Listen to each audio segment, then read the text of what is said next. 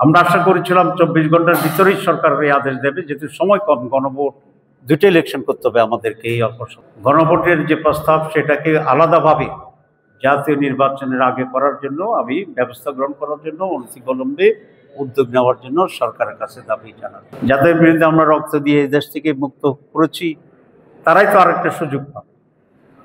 তো এই সকল আচরণে মনে হয় যে বিএনপি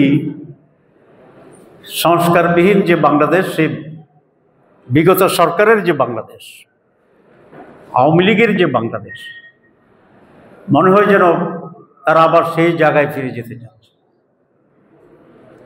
এবং সেই কারণে আমরা বলেছি বাংলাদেশকে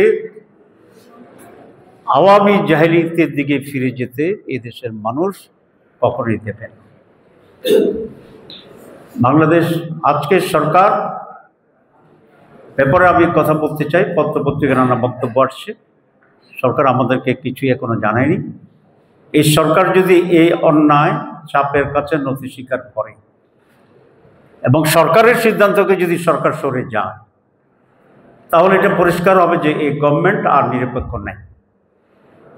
সুতরাং এই সরকার যদি নিরপেক্ষতা হারায় এবং কোনো দলের প্রতি যদি তারা আনুগত্য পোষণ করে, সেই সরকারের অধীনে সুষ্ঠু নির্বাচন হবে এটা আশা করা যায় না।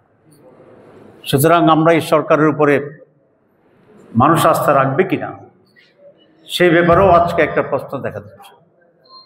যদি এই সরকারের উপরে আস্থা না থাকে, যদি সরকার কোনো দলকে প্রতিনিধিত্ব করে, যদি সরকার কোনো দলের কাছে মাথা নত করে তাদের দাবির পূরণের জন্য সরকারি ইনস্ট্রুমেন্ট হিসাবে কাজ করে, তাহলে এই সরকারের প্রতি আমাদের আস্থা রাখার আর কোনো সুযোগ থাকবে না।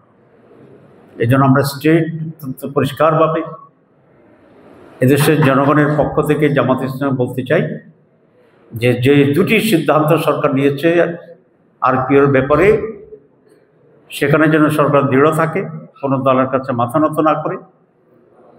যে কমিশন দীর্ঘ পরিশ্রমের পরে রেফারেন্ডাম করে যে রিফর্ম সাবমিশন করেছে আছে জুলাই সনদকে হুবহু আইনি ভিত্তি দিয়ে গণভোটের যে প্রস্তাব সেটাকে আলাদাভাবে জাতীয় নির্বাচনের আগে করার জন্য আমি ব্যবস্থা গ্রহণ করার জন্য অনতিবিলম্বে উদ্যোগ নেওয়ার জন্য সরকারের কাছে দাবি জানাচ্ছি। আমরা খুবই একটি বিষয়ে আশঙ্কা করছি যে ঐকমত্য কমিশন 28 তারিখে রিফর্মস চার্টার সেটা সাবমিট করেছে। এখানে একটা আদেশ দেওয়ার কথা সাংবিধানিকভাবে।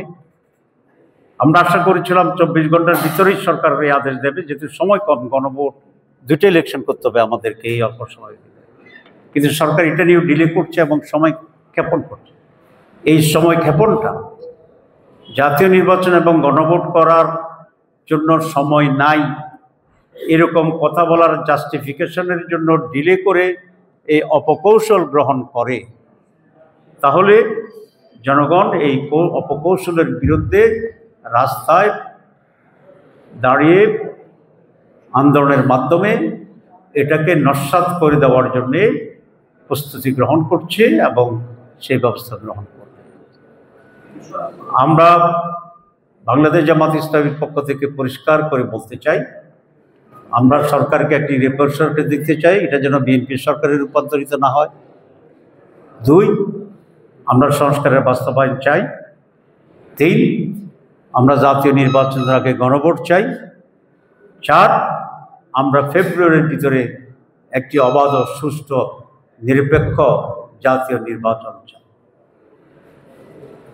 এবং এর ব্যর্থ হলে দেশের যে একটি অনিশ্চিত পরিস্থিতি তৈরি হবে, এটার জন্য প্রধানত এই সরকার এবং দ্বিতীয়ত যে দল এই হঠাৎ করে উত্তাপ তৈরি করে একটি অনিশ্চিত পরিস্থিতি তৈরি করেছে, জনগণের কাছে তারা দায়ী হবে এবং এই দায়িত্ব তাদেরকে পালন করতে হবে। আমি অত্যন্ত সুনির্বৃন্দভাবে বিএনপি এবং সরকারের প্রতি, অন্য সকল স্টেক হোল্ডারের প্রতি আবেদন জানাবো, এই জাতি আর কোনো বিশৃঙ্খলা দেখতে চায় না এবং বহন করার ক্ষমতা রাখে না। আমি মনে করি সকলের বিবেকের সঠিক ব্যবহারে সকলে সিনসিয়ার হবেন এবং আসুন আমরা সকলে আলাপ আলোচনার মাধ্যমে একটি সুষ্ঠু সমাধানের পথে এবং ফেব্রুয়ারি নির্বাচন যাতে আমরা সকলে মিলে করতে পারি সেই ব্যবস্থা গ্রহণ করি। আমি বিএনপির প্রতি আহ্বান জানাচ্ছি এবং এই সরকারের প্রতি এবং জনগণের প্রতিও আমাদের এই সঠিক এবং বাস্তব যে দাবি সে দাবি পূরণের সহায়তা করার জন্য উদাত্ত আহ্বান জানাচ্ছি।